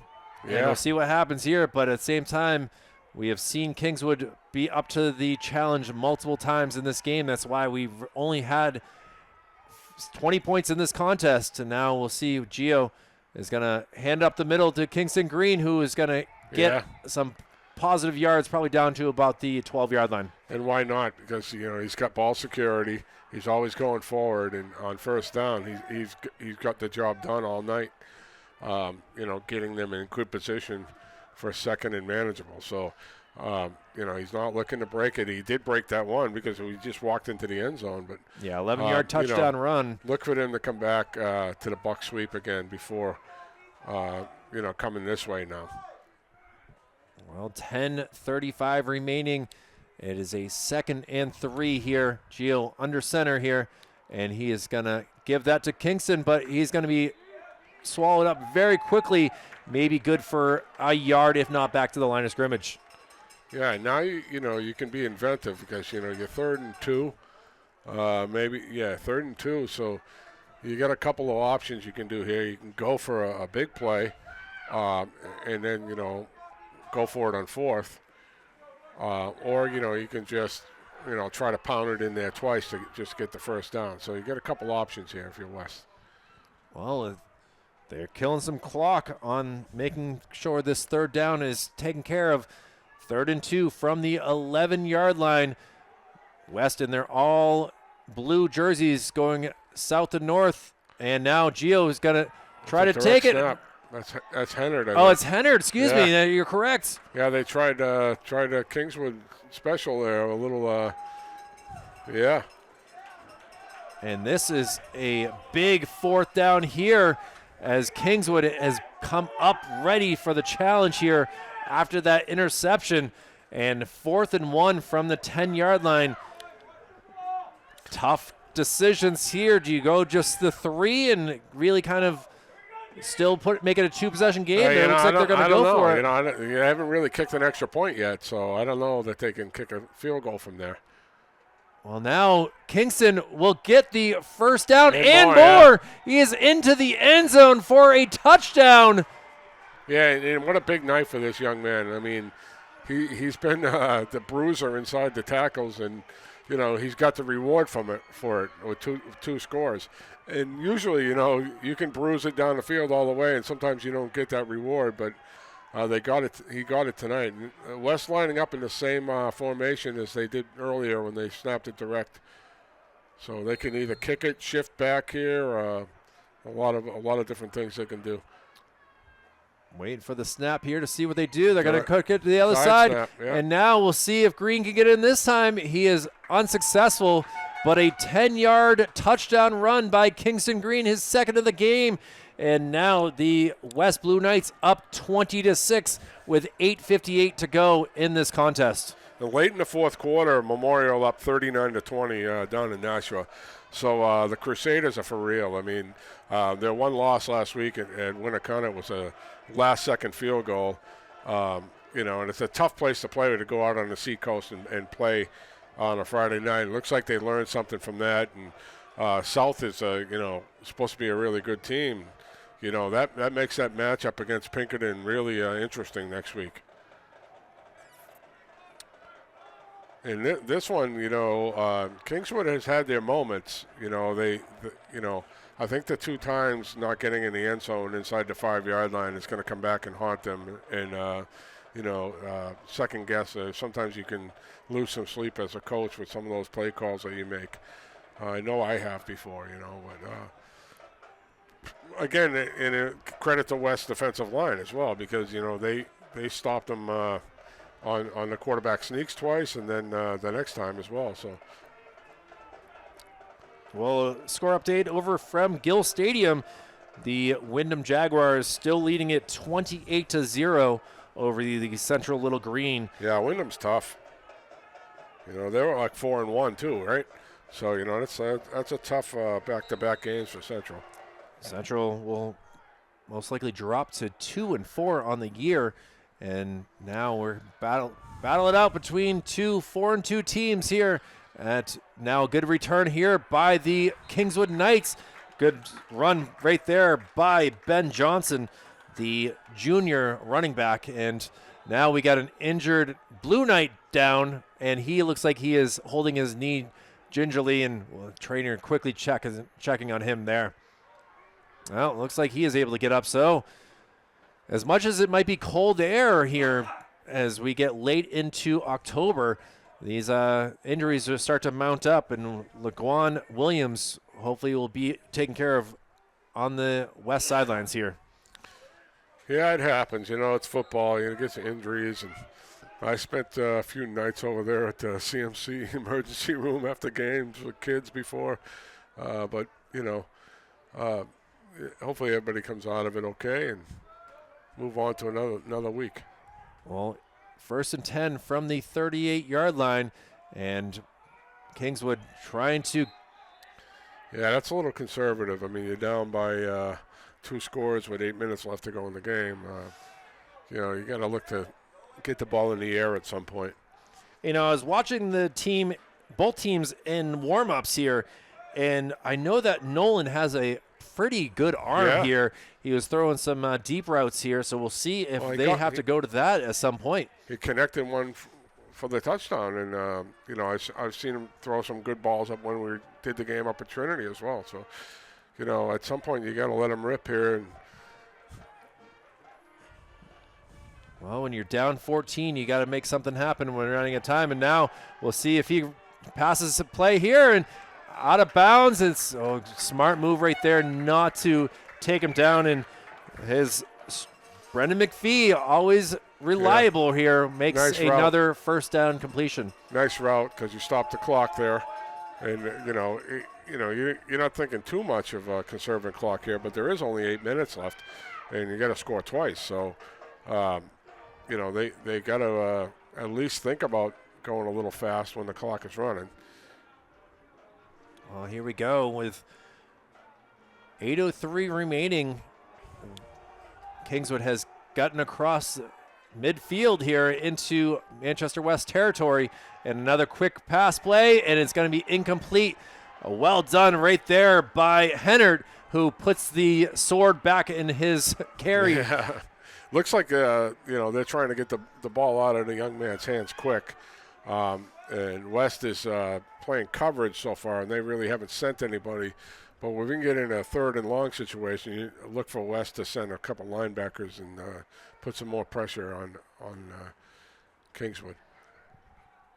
Well, it only killed 4 seconds on that incompletion, so we'll see what they do on 2nd and 10 from the 49-yard line. Nolan fires it right there to McPhee, who is still on his feet. He's going to be brought down at the 25-yard line, and he zipped that one right there, Coach. That's a nice ball, but a better route. I mean, McPhee is a good receiver. He sees the seams, and he knows where to run the routes, and that was right in the seam, and yes, he did zip that, and that was a beautiful ball. Nice catch, and if they can keep this up, and they can kind of make this a game late in the game here. His eyes literally were going to Graham Burke at first, and then to see McPhee make that cut and just rifle that in there for another first down. So now, excuse me, I said the 25 is the 35-yard line right below us here. And now Szymanski going to throw a little screen. Porter got to make some moves, makes one move, and he's going to be brought down good for about an 8-yard gain. That's a good play call, too, because you're trying to use West's aggression against him, you know. West pointing, but I think he was down on the play there, right? Yeah, I saw him being down more than anything. Yeah. So, and a final. Oh, we got a flag on the far side. So got the far side guys. What do we got? Greg Surratt is. Oh, my goodness. Not sure if he's made the signal already. Yeah, It looks like it's an illegal formation, so it must have been one guy, not enough guys on the line of scrimmage. So, boy, Kingswood does not get the calls late in the game here. Well, that's a tough one right there, as they had momentum going towards the end zone, but now it will be a 1st and 15 here.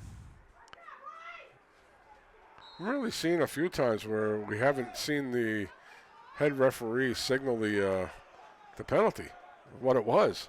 I don't know if it's. And now Yeah.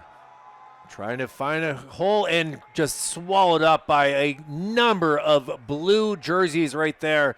Yeah, And boy. last to get up off the pile looks like is number 61 in Camden Armstrong. Great to see him back out there again. Good, yeah, it is good. He had a cramp earlier, right? Yeah. So, he's good. But again, you got to kind of let this kid rip here. A handoff there, 1st and 15. It does two things. It gets you nowhere, and you just lost a minute.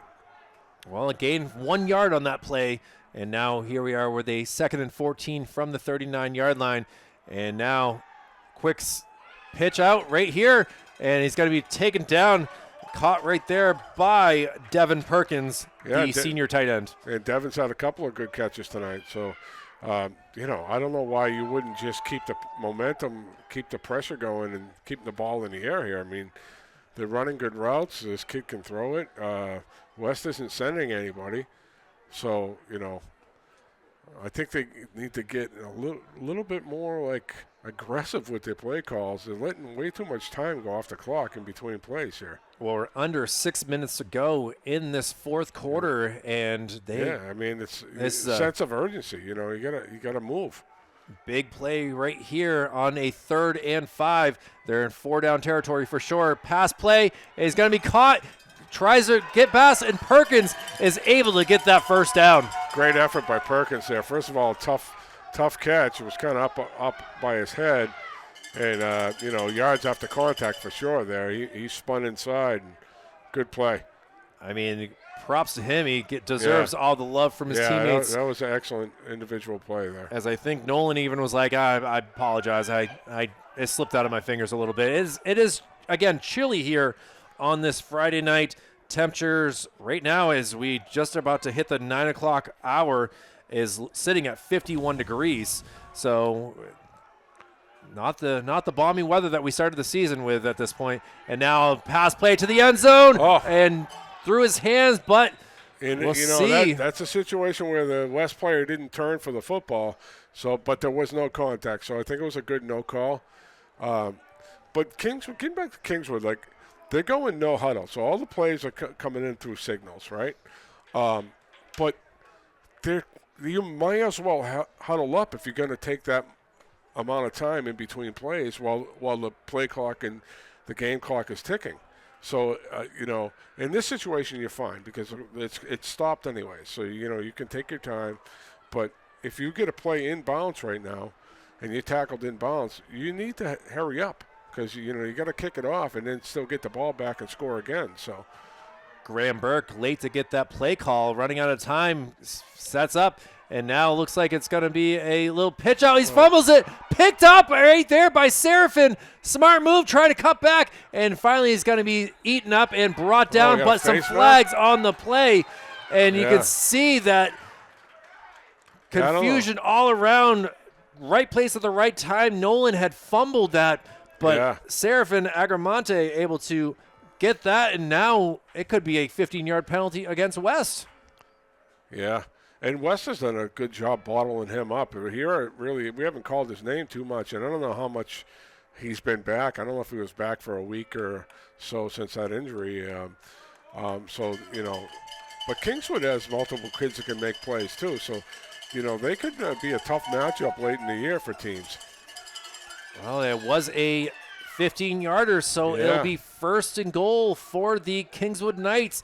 You got half the team over here looking at the play call, and now coach has given that. They're all kind of going to their right positions, and near side we're seeing Graham Burke as well as Brendan McPhee close to us here, and we'll see what they do. 4:20 remaining on the clock, and he's going to throw it. Caught by McPhee, his second touchdown of the game. What a great route again by McPhee. Underneath the coverage, and good ball where he can only catch it. And McPhee's a really good receiver. I've been impressed with him 2 times now, out by Trinity Inn here. And, I think if they went with a little bit more sense of urgency there, there was a couple times where they ran the ball right on this drive, and they wasted like a minute. They'd be in a better position here. But still, I think with all their timeouts left, so they can kick it off and see what happens. Going for 1 here. Yeah, it looks like Ewan Nickel has come out there, and holding the ball will be McPhee. So we'll see what the extra point brings here. Right now it's sitting at 20-12. Snap, kick is up and through, and we now have a 20-13 game here between the Manchester West Blue Knights and the Kingswood Knights. And good for Kingswood for not throwing it in after that last drive. They really went down there, and the quarterback made some nice throws on that drive, and nice routes by the receivers, McPhee in particular. McPhee and Devin Perkins as well, right? Yeah, so this is 4 minutes and 13 seconds remaining in this contest.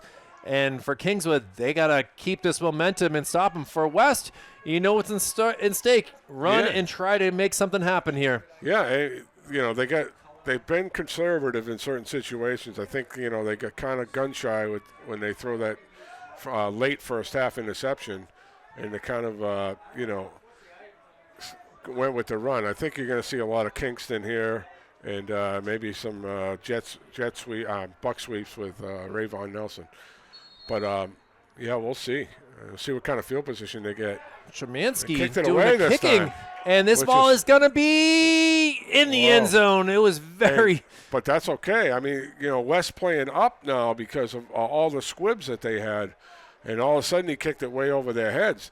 So maybe they didn't think he could do that. And you got to have at least one guy back there, and now they're getting the ball at the 20. So – as much as you didn't want that to roll in the end zone, getting in at the 20 is not exactly great field position. So they get, how aggressive does West get here? I don't, I think they're going to run the ball and force that clock to tick. If you're Kingswood, you're looking to strip it. It's tough to strip it from Kingston, though. He's usually got 2 hands on it all the time. They do have 1 turnover on the game, a Giodoria interception late in the first half. This would be tough if they have another one in the end of the end of the game. And now a run play that is good for about 2 or 3 yards there, and that will kill about 45 seconds on the clock. We are now under 4 minutes. Yeah, Kingswood doing a little bit better job there on first down, where Kingston has had 3, 4, 5 yard gains on first down most of the night. They did a little bit better job there, but with the time ticking, you got to start thinking about calling timeouts on defense after second or third down, because West is going to just use this entire play clock here. My mistake, it was a gain of 1 yard, not 3 or 4. I think that where he got the ball is where I counted and not the line of scrimmage. So now 3:20 remaining, 2nd and 9, and a timeout. Andrew is calling a. Yeah, you could see he's waving his hands. Yeah, I don't know if they were in the wrong formation. They switched back to shotgun all of a sudden, so West kind of back on their heels right now, and Kingswood putting the pressure on it. And the Kingswood's fans are not happy with the officials down there. Offensive coordinator for West, Mark Boardman, not very pleased with this situation too, as he thought that took for way too long of time. Yeah, it did, and I think maybe they came out in the wrong formation after that because they kind of shifted into something else. Kingswood's got West back on their heels, and now would be a good time for a counter play or something like that because Kingswood is going to be aggressive on the second down defensive play. And now, after this play, do they have all three of their timeouts? The timeouts are not working on the scoreboard. I think they still have all three. I don't think they've called one yet, right? No, I don't remember them calling one as well. So you can think about calling one right after this down if you get a stop, stop for none or a yard or two.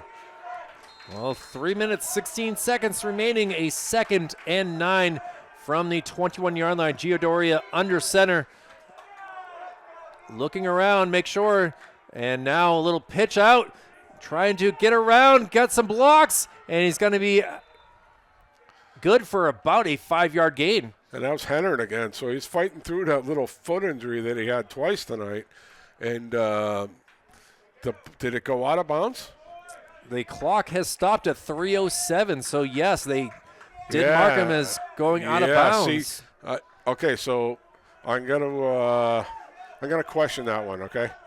Because you're running a sweep play to the short side of the field, where you want the ball, you want your player tackled in bounds. You do not want you to go out of bounds. So, that's putting your team at a disadvantage by running a sweep to the short side of the field, and that saves Kingswood from calling a timeout. Now they can burn one after this and still have two on offense, and Wes is looking confused again. Yeah, they're running out of time here for sure. Looking to see where the back judge has not put his hand up in the air just yet.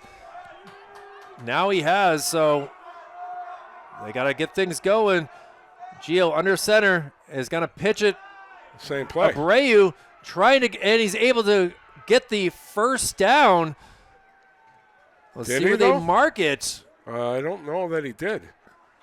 I think it's going to be close. Referees right here. He's got to get to the 30, and it looks like the ball's being spotted on the 29. And I think they're going to have the chain gang come out here, and that is a 50-yard run for Bill Berry and company to try to make sure that this is. And Bill's smart. He's got the down marker tonight, so he's not. Oh, he doesn't have to run the 50 yards. Yeah. West team's got to kind of get out of the way though here. Yeah, they certainly do not realize that they are about to be taken out by a chain. Right. It's going to come down to. I mean, I can't see where they spotted it on that side, but it has to get to the 30. You can see some arms going up here, including Devin Perkins, who's saying the other way and waiting for the call from Greg Surratt. And now he's short because he's got the chain. He's going to mark it where a little bit back. So now what do you do? Do you punt it away here? Because if you take the chance and go for it. I mean, you got to think it can get that much, right? On a quarterback sneak or on anything. It's just really an inch. So you put it in your playmaker's hands, or you just tell your offensive line, okay, this play is on you. Well, as they get ready to make a huge play, 4th and 1 from the 29-yard line. They're going to go quick here. And now Gio under center. He's got to push himself forward, and he's got to get it. Did he get it? I was watching. The official looks like he is over. There. Yeah, he's way up there. I looked at the wrong player. Yeah, he's way up there. He's way past it. So good sneak by Gio. He got behind one of his big guards and kind of followed him there. He easily got it. So now that's going to change this way you're thinking now, because you can't call a timeout yet on first down. If you're West, you want to just use this clock and give the ball to Kingston, because he seemed to be the guy with the best ball security. And even if he gets no yards, it doesn't really matter at this point. You're against the clock at this point. 2:30 remaining in this contest. A new set of downs, 1st and 10 for Gio and company. And now we got man in motion, able to get some positive yards, and he's going to be brought down. Jerome Henner able to get that handoff and rumble for some positive yards, and now Kingswood has called their timeout. And again, running a sweep to the short side of the field kind of scares me, but nice job by Jerome there by sticking his foot in the ground and cutting it up at the hash marks so you don't have any threat of going out of bounds. So all you want to do is hold on to the ball here and get tackled in bounds. Those are your two things that you want to do if you're West. And this is part of learning how to play with the lead in a close game. And, you know, when you're having blowouts either way, either you're winning or you're losing, you really don't get in these situations. So it's good for them to learn, and Kingswood's played a good game tonight, and West has responded as well. So, you know, talking to Coach Provencher, he expected a close game like this. I mean, the closest game that West has had was a 28-point victory over Conval. So, yeah. And then for Kingswood, at the same time, their closest game was a 20-point win over the likes of the – they lost to Plymouth. Yeah. Which what was the Trinity score? 15. The Trinity score was 42-12. But that game was a lot closer than that. Trinity kind of pulled away late in that game, but it was close early.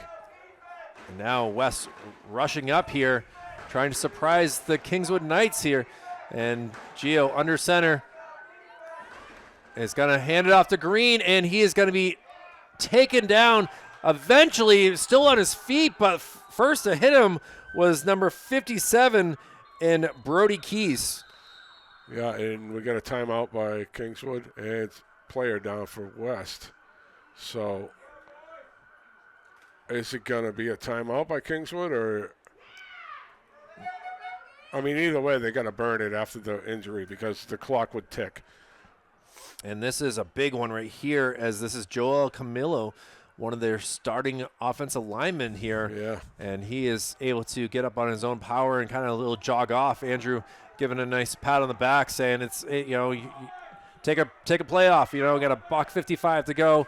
It's going to be 3rd and 2 from the 39-yard line. You see it right below us here. We are straight down the line. And the clock is ticking. So, you know, Kingswood didn't call a timeout. I wouldn't snap this ball until that hand goes up. I would not snap this now. Yeah, they snapped it early. Henner in motion, and he's able to get around to the outside, and that will be good for a first down. And it didn't matter because you got the first down. But, you know, if Kingswood's not going to call the timeout, what are you doing snapping the ball there? You had another 20 seconds you could have taken off the clock. You could have just, you know, his arm wasn't even up yet. So that's 10 seconds when his arm goes up. I don't think rushing is helping West. You don't need to rush. You need to take your time at this point. Well, coming off the field is Jacob Ellie Henry, and now we'll see. No, did Kingswood call a timeout there? I was a first. No, they went out of bounds. They went out of bounds. So it's like, and it was a new set of downs being a first down. Hopefully, they're learning from this situation because this is not the way to end the game. You don't need to be going out of bounds, and you should be using the play clock a lot better. 1:34 to go, a 20-13 lead, and a handoff here. He's going to be taken down way back at the line of scrimmage, way back at the 39. A loss of 7 yards on the play. They tried to get Rayvon Nelson to the outside, and he was able to be taken down. And this is a big loss here, Coach. Yeah. I don't understand why they're not just giving it to Green inside. I don't know why they're trying to go wide at this point because too many bad things can happen. You know, you can go out of bounds or you can be strung out. You know, he could have easily got stripped there if someone else came along. So is Kingswood now out of timeouts? Is that it for them? I believe that is. Yeah, but it's now tough because the timeouts left on the scoreboard don't work. And, you know, I couldn't tell if they burnt one in between that injury or not. Well, if we go by the scoreboard, they have 6 timeouts left. Yeah, yeah, it's always 6. Yeah, it's just things kind of messed up there. Well, a minute 26 to go, a 2nd and 17, and Now you know that West is going to run the ball to kill some clock. Kingswood will have the chance to get the ball with about 21 seconds to go at this rate. So we'll see a run up the middle by, oh my goodness, what a trying to run over him was Kingston Green. Yeah. And that's what you should be doing at this point, running between the tackles and stay away from the outside. Stay And away Kingswood did have a timeout remaining. Yeah. Been very confused on this, so we apologize, as what we think and what we know were two different things. Yeah. And now with a minute 17 to go, able to get 7 yards on that run was Kingston Green. It'll be 3rd and 10, and Kingswood wants that ball back one more time. You know that Nolan Chemansky is sitting there right underneath us, hands staying warm in his pockets, trying to prepare if he's able to get this ball back one more time. Yeah, and this game could be just about almost over if they were a little smarter with the clock management, because, the clock was running 2 plays ago, and they rushed up to the line of scrimmage and ran a play. I don't get the logic in that at all, but, again, first downs are also a game clincher too. So this one here, they're probably going to be totally conservative because they got to be out of timeouts, and that's definitely their last one. So now you're going to just watch that clock tick after this one, and then you're going to make a decision whether you're going to kick it away or what you're going to do on the 4th down play. Well, Kingston in the backfield, Rayvon Nelson and Hennard set up. Hennard in motion, and he will get the ball, try to get it back to the outside, is able to get some yards, but he will be just short of the 1st down. And why is the clock stopped? Okay, it's running. So now you're 60 down. seconds to go. So now you got to, it's spotted, so you're going to have 30 seconds left or so after this play. So it's either a 1st down and game over, or Kingswood might have a play or two on offense. Hennard comes off the field. They may just take the delay of game here if you're West, or use a timeout with 1 second on the play clock. So you can either take the delay, which I probably wouldn't do, use a timeout with 1 second. Yeah, and that's what coach is doing. And 27.7 seconds remaining. This has been a long last 4 minutes of this contest. Yeah. As huge issues for both sides of trying to win this game, as Kingswood has got to get this ball back. And now for West, you're 27 seconds away from winning this game, but it's not an easy task. You still got to make sure that you get everything straightened before getting out on the field here. Well, it's a 1st down. I mean, 1st down ends a game. But, that's what you're looking for to do. Okay, they ran the ball in between the tackles, ball security, got right down there, used the entire clock, and burnt the timeout with 1 second left on the play clock. So, earlier, they're rushing a little bit too much. I think, they got to learn to play with the lead like this and use the clock. And, that's a learning process for everybody. Well, that's what's fun about this is you learn from these situations. And let's see what West can do as Hennard will take the ball, and he's trying to cut back, and this is going to be close. Looks like the West Blue Knights all have their arms going forward as a 1st down.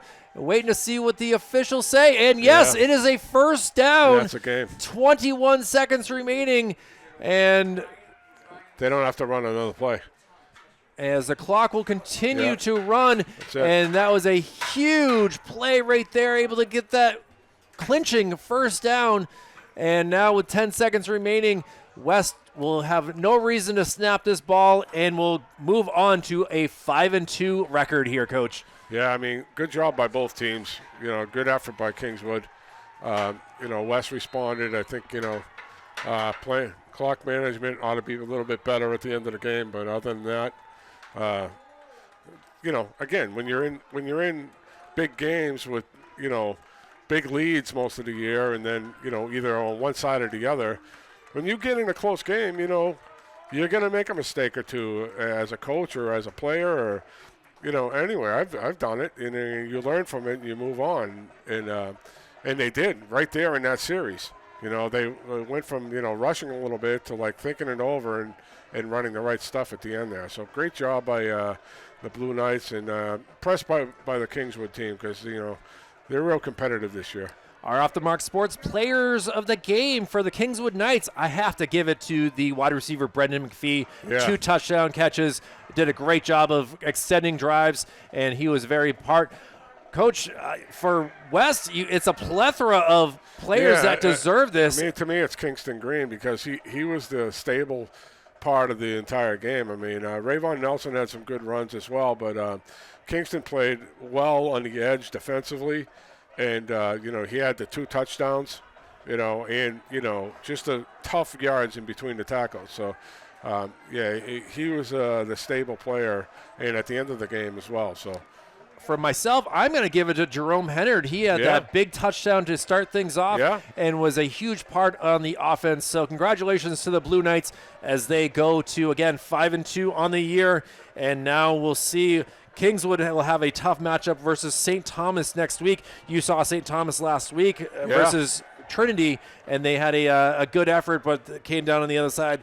For West, they will have John Stark here at 7 o'clock next Friday. We will unfortunately not be able to see that game as we'll be at the Memorial Pinkerton game, but time will tell. But for Executive Director Jason Cody, Operations Specialist Joe Lahr, Operations Assistant Brendan McCormick, for Coach Tom Bezoin, my name is Kyle Levy. This has been a presentation of Manchester Public Television. We look forward to seeing you again for more Friday Night Football next week. And thank you all very much for watching. We'll see you again soon.